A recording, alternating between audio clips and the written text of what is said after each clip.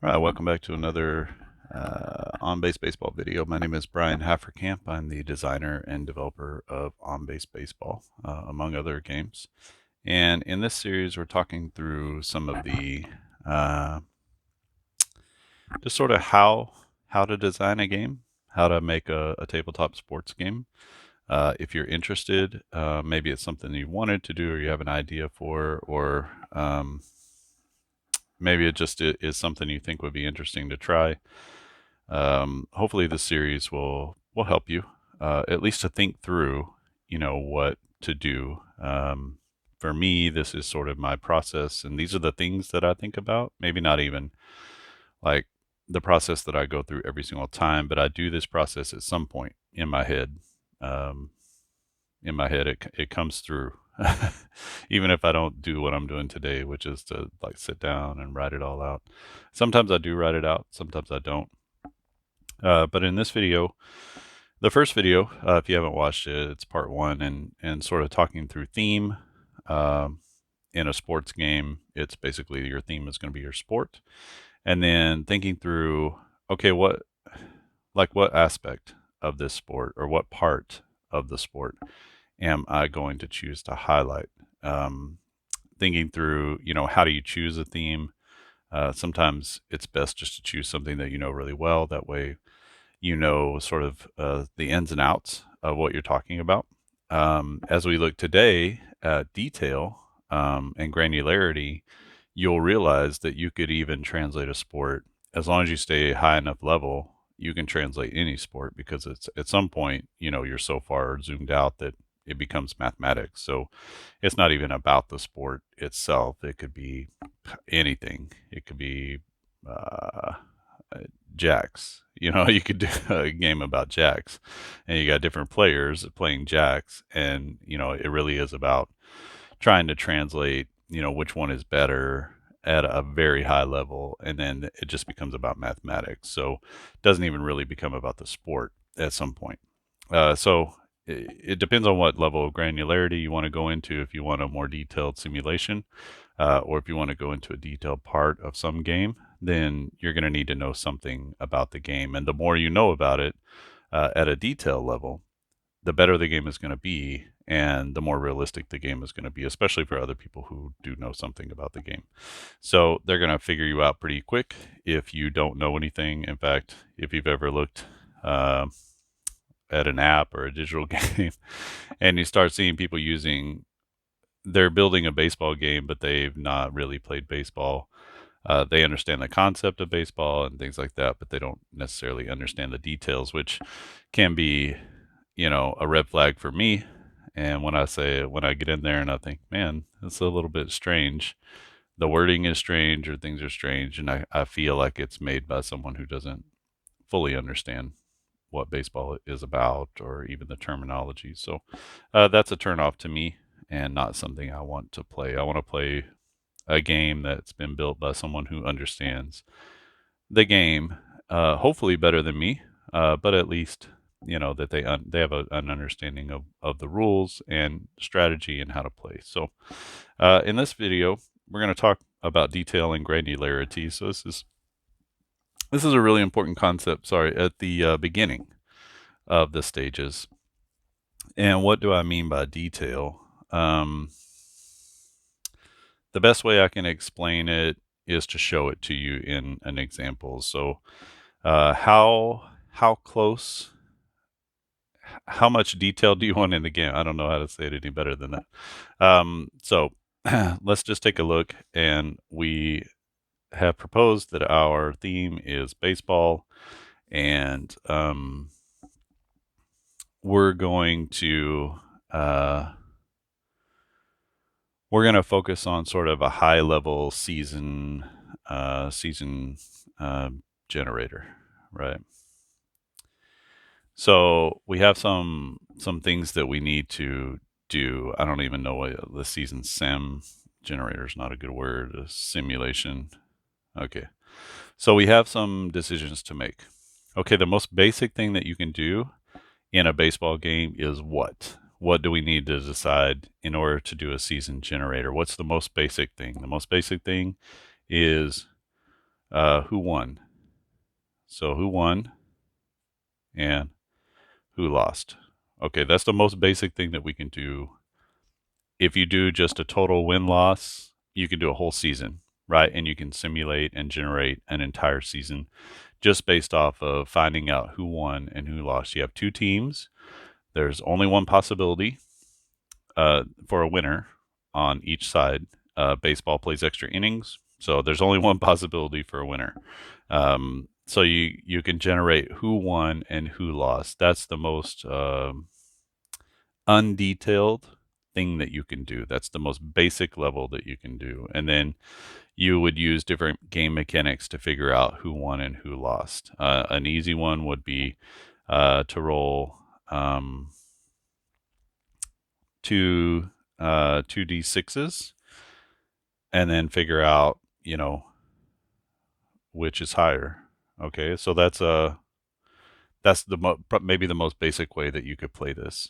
Or roll 1d6 and 1 to 3 is team A, and 4 to 6 is team B. Okay, so that's it. You roll 1 to 3, team A is the winner. You roll 4 to 6, team B is the winner. Okay, so that would be like the most super basic game that you could ever do. And you know what? A game like this would have a place in the sim world. It wouldn't be a very good simulation of baseball because every game is not a 50-50 split about who can win. So we already know that going in. So this level of detail is doable and might be a good first try for you. But it's not, it would fall short of the expectations of a season simulation. Okay, so we'll start there. This is the most basic game. Okay, so who won, who lost? This is really what we want to know anyway, at the most basic level. But we can take this a step farther because we do know that it's not a 50-50 split, that there are teams that are better than other teams, and they prove themselves out all the time. And most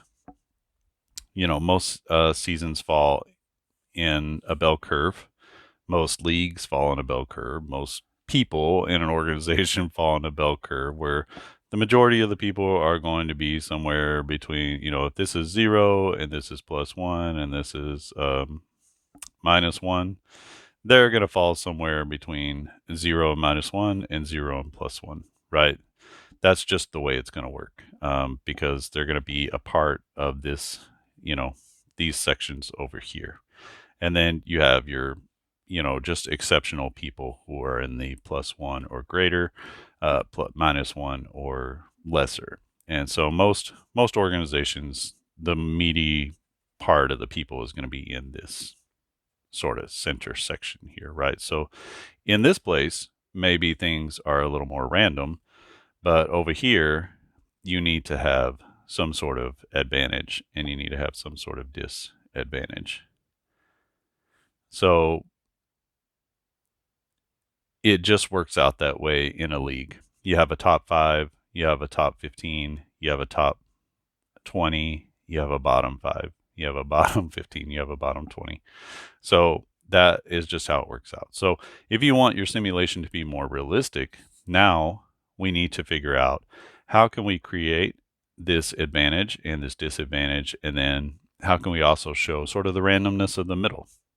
Because on any given night, a team right here can beat a team right here, and a team right here can beat a team right here, because the advantage of this team is not so great as the disadvantage of this team, or vice versa. They're mostly in the middle. You get two teams, they're ranked numbers 12 and 15 in the league. Those teams are almost equal, really, in reality. On any given day, in a football season, in a baseball season, the number 12 team can beat the number 15 team, and the number 15 can beat the number 12, and it wouldn't be a shock, right? It wouldn't be like, oh my gosh, what happened? Now, in baseball is an interesting thing because everyone loses 60 games. So even if you win 100, you've gone 1-62, right? Or 162. So you've lost 60 games. That means that somewhere along the way, someone has beat even the most prodigious teams in the league. So the Yankees lose, right? They don't lose very much this year, but they do lose. The Mets haven't lost very much this year, but they have lost.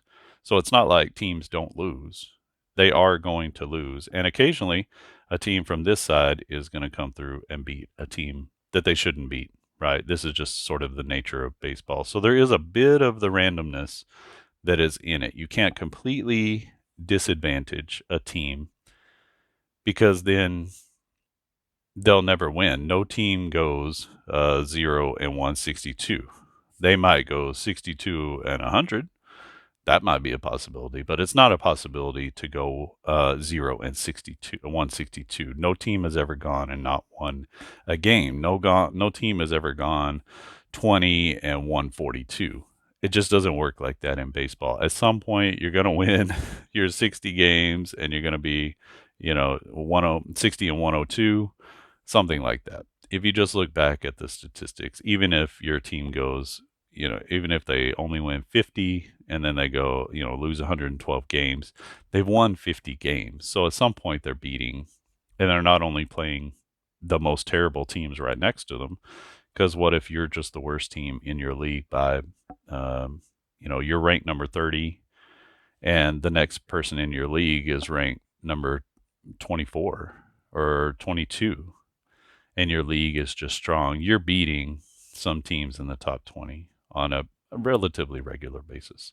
So thinking about detail, thinking about how do we make this happen, it has to be somewhat fair, especially if you're doing a baseball game. It has to be somewhat fair for the teams over here, even against the teams over here. But what we want to do is we want to take that 50-50 scale that exists like this, where each team has a chance for a win, and we want to tip this. So this is the +1 team, and this is the -1 team, and here's at 0, right?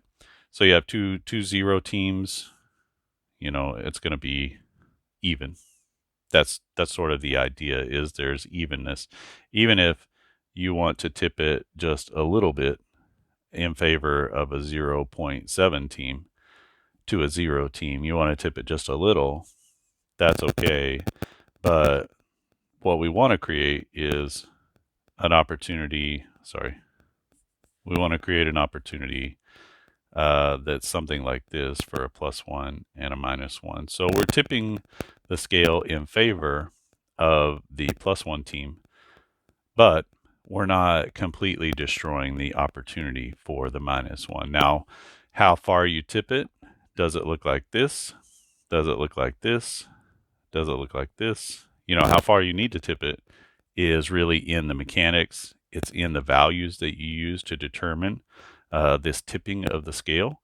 It's the scale that you use. So I'm using +1, -1 here, but you could just as easily use +100 and -100 to determine the scale. So that's something that you have to work out in the game, and that you have to work out with the mechanics that you're using in the game so that it works out evenly, and it works out in a way that can be reproduced over and over again. So that's what we're sort of trying to get at whenever we create advantage and disadvantage. So now we have a game that is who won and who lost. So that's sort of our premise. That's what we're going by for our season simulator. And then there's a 50-50 chance.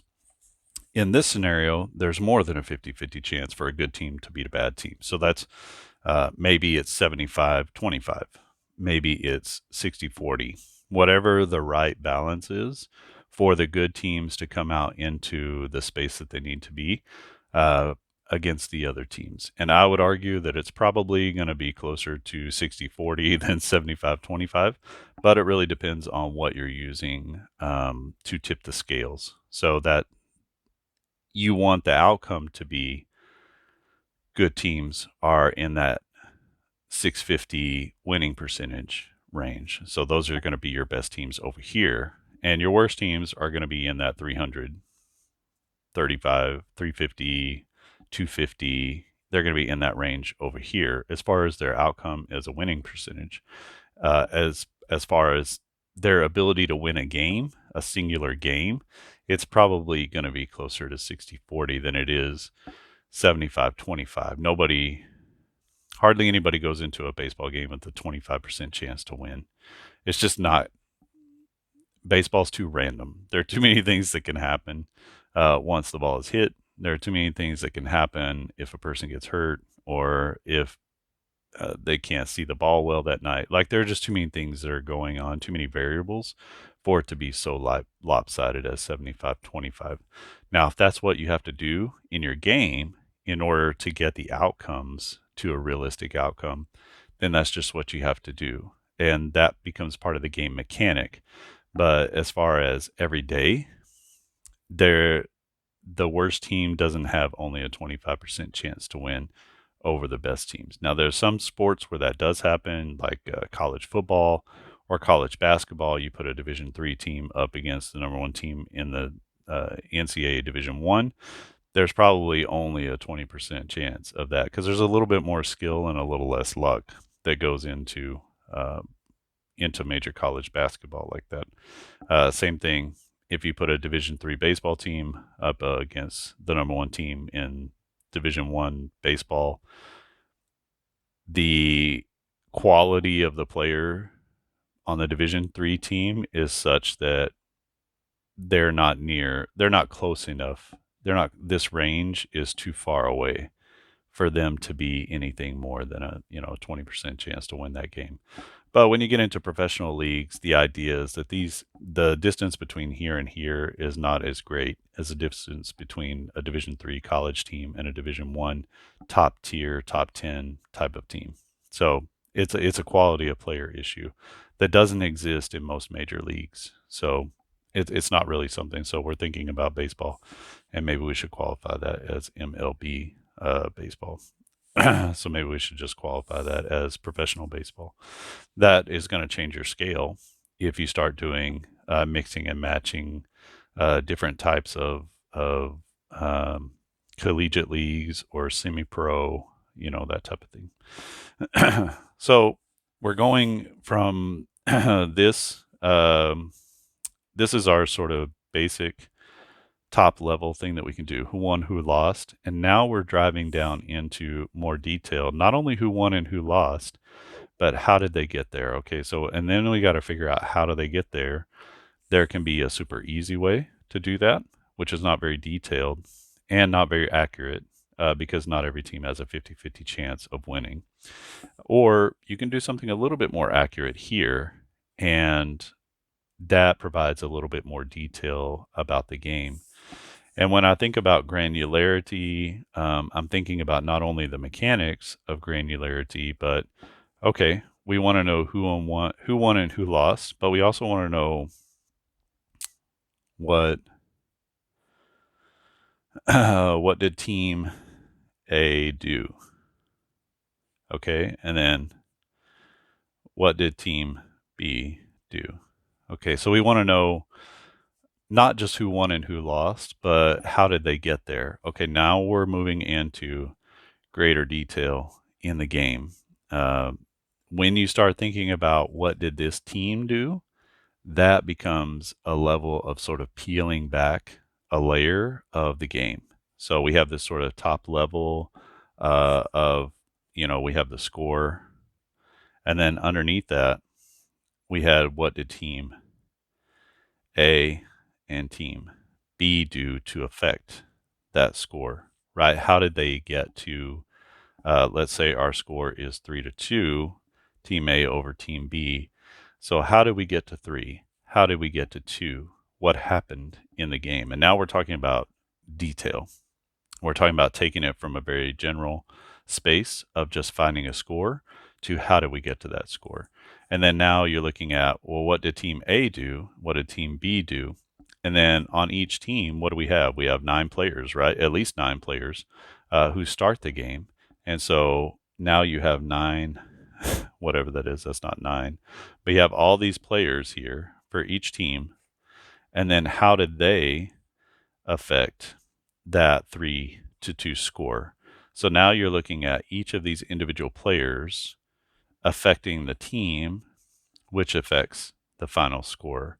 And as you dig deeper down into these players, you're going to say, okay, so each of these players has 4 at bats, right? And so now each of these players yeah, has 4 opportunities for detail.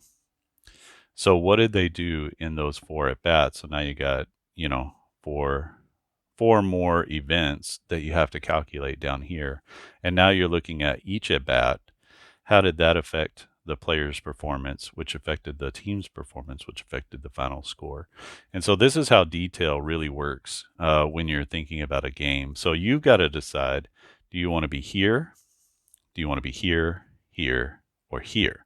Now you can figure out finals for all of these different levels, or you can figure out finals for here at the most granular level.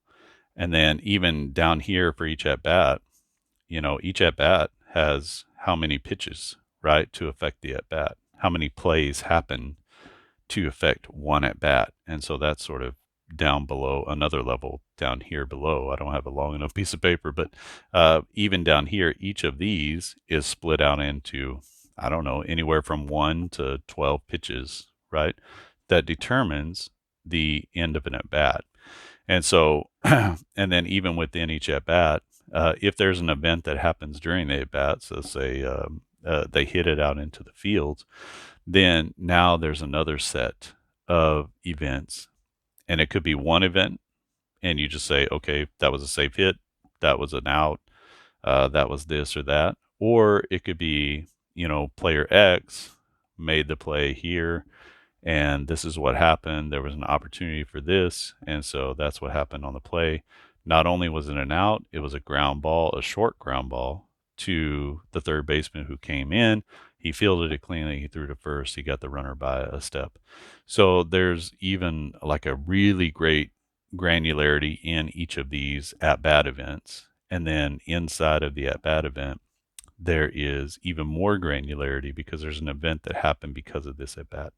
So inside this one, there's actually sort of an explosion of other things, other details to be had.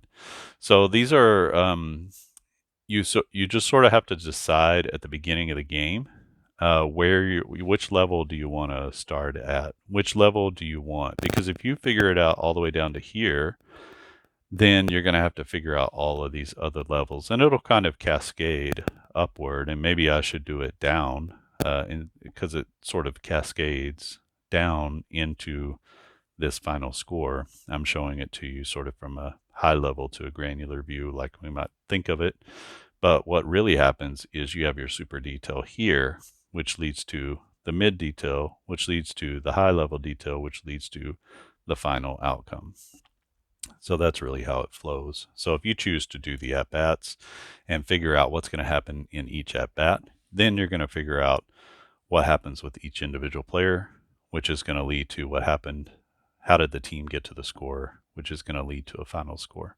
But if you only do the score, you're never going to find these details out. So the more detail you start with, the more detail you're going to have at the end of the game. So this is sort of how detail and granularity works. Every game has it. You can start from this basic premise of who won and who lost, because in a sport game, in a game, that's how it works, right? We have a winner and a loser. And then we have a team who won and lost. So how does that team affect who won and who lost? And then on each team, we typically have individual players, even if it's a one-on-one sport like boxing. Now you don't have teams anymore.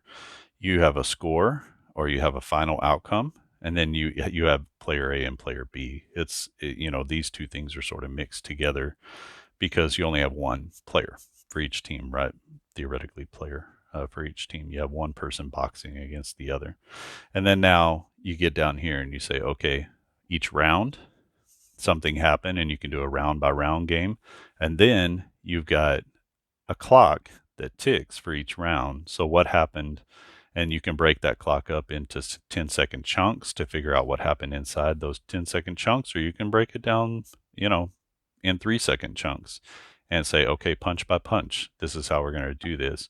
In this 3 seconds, nothing happened. They danced around. In this 3 seconds, there were two punches landed in this 3 seconds. And you can make it as granular as you want, or you can make it as undetailed or sort of zoomed out as you want.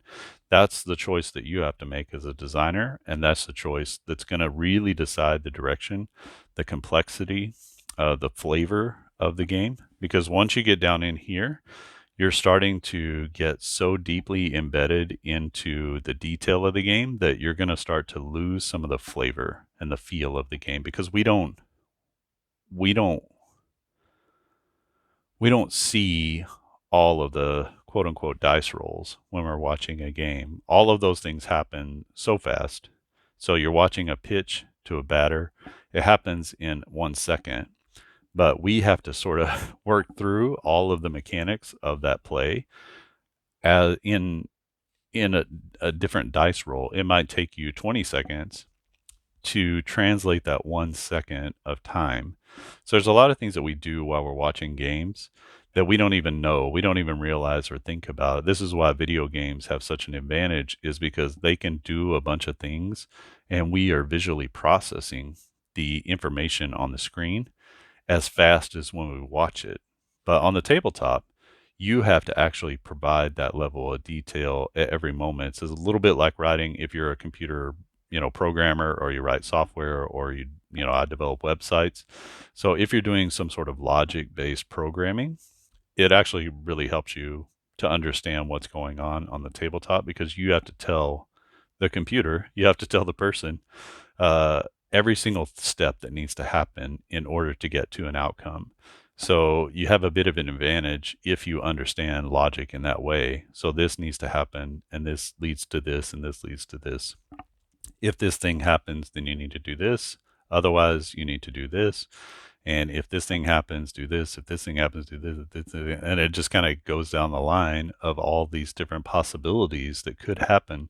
And you are the one who has to make that happen in every game as the designer. So if that's a level of detail you're not ready for or not interested in, then don't go down here. Stay up here. Stay up here where if you play games for fun, once you lose the fun, stop. That's my advice to you. If you lose the fun, then stop. Stop. Stop going deeper into the details. If you get down here and you're like, man, I'm playing this game, but it's boring as heck. I can't stand it. Stop. Don't go to that level. If this is not interesting to you, don't do it. That's what I'd tell you. If this is interesting, or if just this is interesting to you, stop. Stop there. Do that part. But if you get down here and you're in the weeds and you're like in each at bat and you're figuring out where things go and that's really juicing you up, stay with it. Go to that level of detail, because there are people out there that want to play these games to that level of detail. There are people that just want to get this. They just want to get the top level and be done. I figured out the score. I figured out what happened. This is super interesting. Maybe it was a season that I just want to blow through because I'm interested in the season itself in real life. And I just want to see, I'm playing it on the tabletop with another game, and I just want to see how these other background games turn out. You have a score generator, that's helpful to people who are doing a whole season on the tabletop. They only want to play their team all the way through, or they only want to play one pitcher all the way through, and they want to simulate the rest of them. So I played many video games like that where I just want to play my team and then I'm simulating the rest. So that's essentially what you're providing the community, is an accurate simulation of the rest. So that actually is a valuable game to a lot of people. I've released something that's similar to this based off of mathematics and sabermetrics for on-base baseball, where you can use it for finding a team's winning percentage from that season, pitting those two teams together, and then I've converted that logarithmic math and chart into a 1-to-100 roll. So you roll between two teams, a team that's got a 300 winning percentage against a team with a 600 winning percentage, and you roll between them. And if it's up to this number, that's a win for this team. If it's up to this number, it's a win for that team. So that's a helpful utility for people who are for people who are doing a more detailed game. Now, if you just want to do that and you have a lot of fun, just sort of blowing through some seasons to find out, how did this go? Or maybe you just want to see how these teams would have done if we played again. You want to play from September to October. Will this race turn out the same? That kind of thing. Then that's a fun game too. And people have fun at that top level as well. So don't think that just because you're up here and you're not down in the weeds, that your game is not as good or that it's not as desired. Some people really just don't have time. They have time to sort of go through and play an NFL season in 15 minutes because they're getting the scores, and that's interesting to them to find out who the winner is or who the winner might have been or that type of thing. And then some people want to go down and they want to switch out players and they want to do all this stuff and see if they can manage the team all the way to the World Series or manage the team to the Super Bowl or whatever it is. And they want to do trades and they want to do all the different parts. And that's okay too.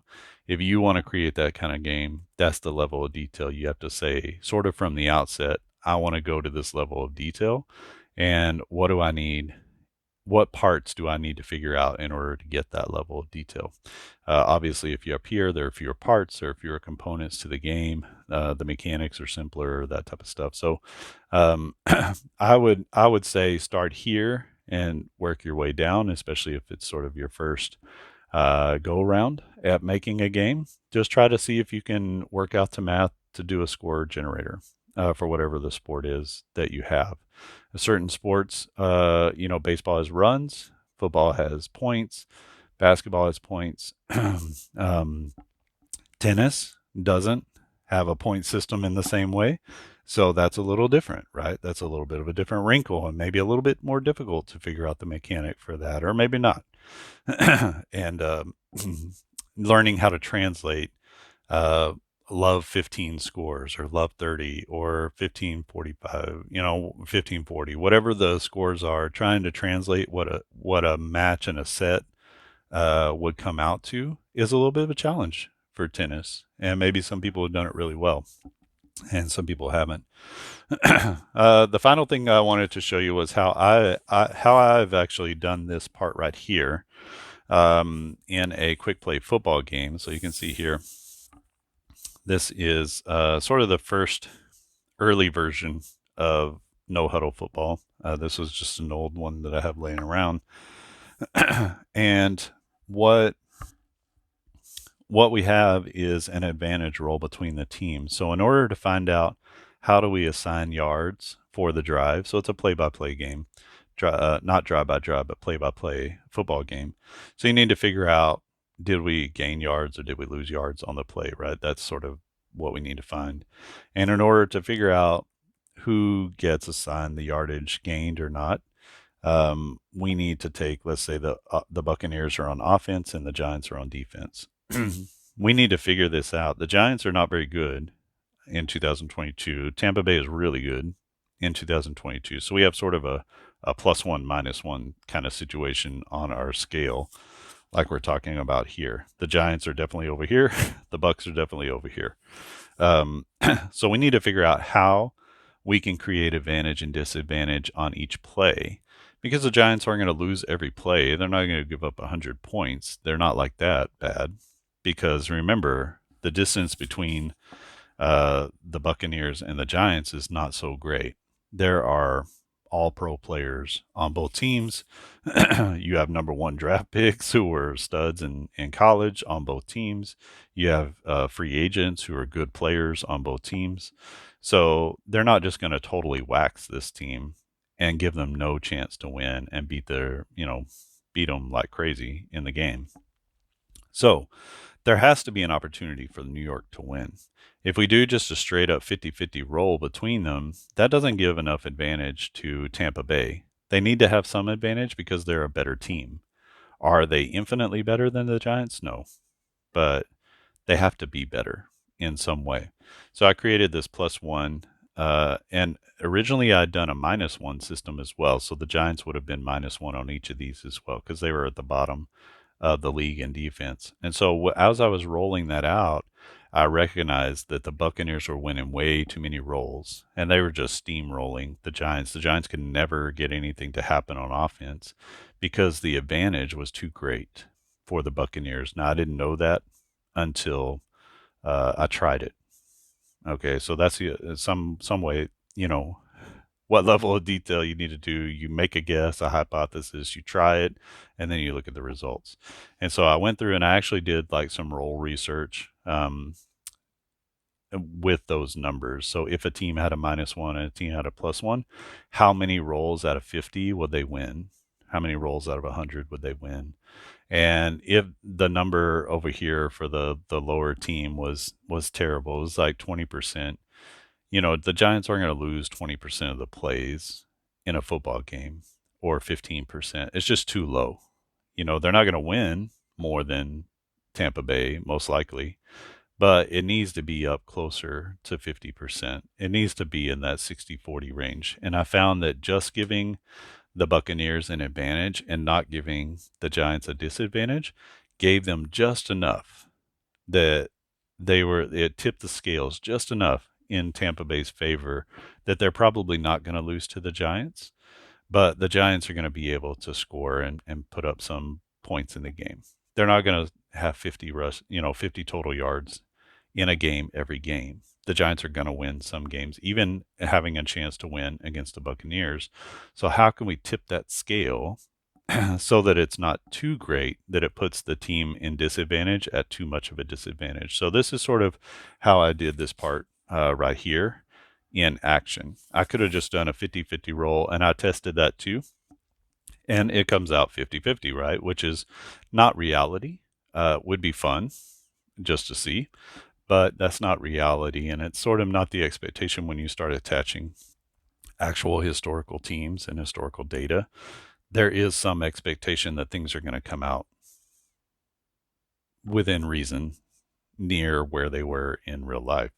So if both teams had the same record, then it could be a 50-50 and people would be like, I don't know, half the time they won, half the time they lost, right? This is kind of like normal life. But if this team wins 60% of their games and this team only wins 30, then, and they both come out with the same record, you're going to look at the Giants, you're going to say, that's not exactly reality, unless there was some sort of reason. Let's say the Giants they lost Saquon Barkley, right? Would Barkley have accounted for those games if he had played? And that becomes a replay, right? What if Saquon Barkley had played the entire season? What would have happened? Would they have been a 500 team? Maybe so. But we don't have that historically because he was lost to an injury. Therefore, it was all on Daniel Jones, and he can't carry the team like that. He's not that kind of player. And he showed it out in reality. And if you want a little bit more reality, then you need to make the outcomes a little bit more realistic than that. Now, if Tampa wins one more game than they did in real life or loses a game or two less, then most people are going to be like, I don't know. At some point, it's kind of a crapshoot, especially if you're playing against a good team, or maybe they squeak by a couple teams, and you could see them having lost a couple of games that they won a couple games they should have lost, that kind of thing. And so if all things being equal, or they get played out differently, or maybe you make a different call here, now they've lost 2 games, you could see that happening. But um, but if but if they come out too equal or they come out too disparate from their actual statistics, then people are going to start questioning your game engine, and they should. Your game engine doesn't have to be perfect, where everything comes out perfectly like it should be. But my goal has always been possibilities. So it's possible for the Giants to win even with the disadvantage. Because if all the rolls go against Tampa Bay, they're going to lose. And if all the rolls go for the Giants, they're going to be in the game and they might win the game. So there's a part of it that needs to be a little bit random to be fun. It needs to be a possibility. That's why we watch sport, right? We watch sport because of the possibility. We love the underdog. The underdog gets beaten, 75, 80% of the time, but boy, that 20% is exciting whenever they have the chance. And so if you want to build what we talked about yesterday or in the other video, as the aesthetic of the game, then the underdog has to have some possibility. Otherwise, it's just not very fun, especially if that's your team, or especially if you're trying to just kind of get a feel and the flavor of the game. Every team in the NFL should have an opportunity to beat the other team. I think we see that week in and week out. They don't do it consistently, but they have an opportunity in each game to actually win each game if things go their way. And if they don't and they start snowballing against them, then you see really good teams just crush bad teams. Okay, so that's sort of how it happens. And you want to have that kind of aesthetic in a football game, in an NFL game. In baseball, like we said, so many teams, so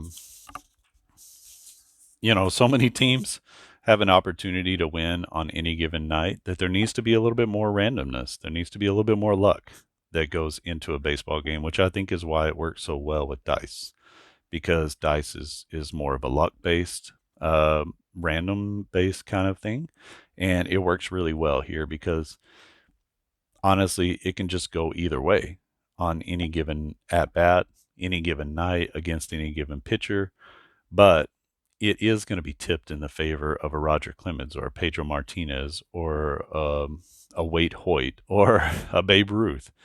Those players are just going to have an advantage because they're superior players to other people. But Babe Ruth went 0 for 4. Like there were times when bad pitchers probably struck him out 3 times. And it just happens. You know what I mean? Probably doesn't happen a lot, but it does happen.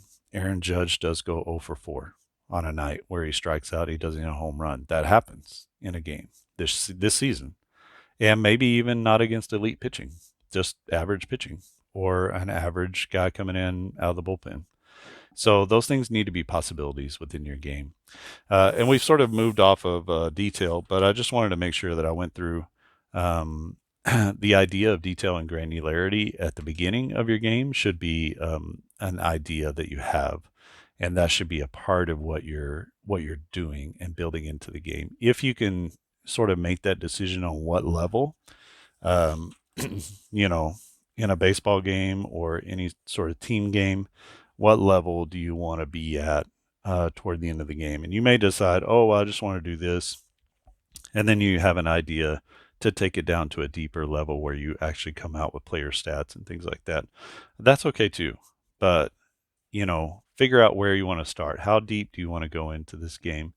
And then that will help you to create the mechanics for the game. That's why I'm saying sort of make a choice about how deep you want the game to go, because that's going to affect the mechanics of the game. And then, like I said, if you get down here to super detailed, every level of detail is going to inform the level above. So if you figure out what each player did in each at bat, then now you know what happened at the player level.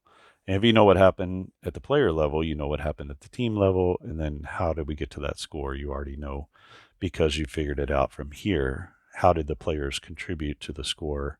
You're going to find out the final score. All right. If you have any questions or comments, please leave them down in the comment section below. Hopefully this series is interesting to you. I love to talk about this stuff. I don't get to talk about it very often. I think about it a lot, and I hear other smart people, people a lot smarter than me who have created way more detailed games than I have, to talk about granularity. They talk about these types of things whenever they're creating the game. How did they get to these sort of parts? But I don't hear a lot of talk about that sort of going out to everybody. So hopefully this is interesting. If you have any questions or comments, like I said, leave them in the comment section below this video. You can always find me on different forums or on Facebook, usually under the OnBase handle. And yeah, I think that's it. Like or subscribe to the channel. I've got lots of videos for OnBase Baseball here that you can check out. It's a sabermetric based game, so a lot like APBA, in the sense of rolling, 2d6s to get to an outcome. But it's based off of sabermetric statistics and not based off of any sort of subjective ratings or anything like that. It's only based off of sort of advanced stats. And you'll see that throughout the cards and throughout the values that I use to get to outcomes in the game, which will be a part of this that we talk about as well. What values are you going to use to evaluate the play or what happened so that you can get to an outcome. All right. I think that's it for here. Thanks for watching, and I'll see you again next time.